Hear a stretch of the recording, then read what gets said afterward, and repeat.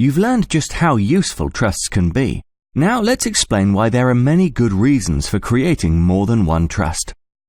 Establishing separate trusts for each child or beneficiary allows you to take their individual needs into account. You can choose the amount you wish them to benefit from and how you want them to benefit.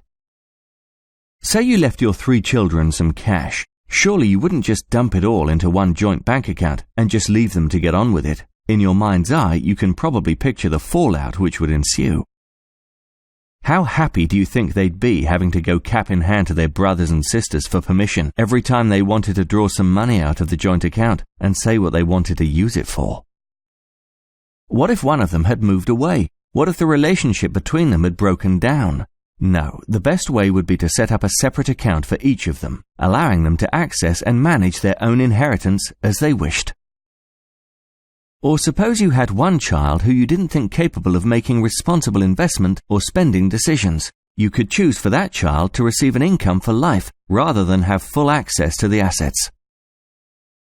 Separate trusts are also a great way to solve those tricky who gets what issues which can arise, especially for those with blended families.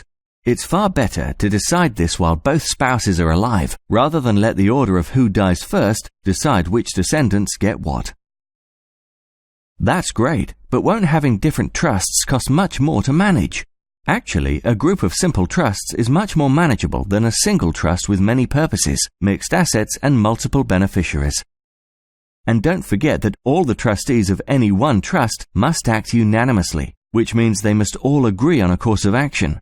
Having individual trusts and appointing a professional trustee greatly reduces the potential for arguments. So remember, when it comes to asset protection for your loved ones, more is definitely more. Speak to your advisor about creating trusts for your family members that are as individual as they are.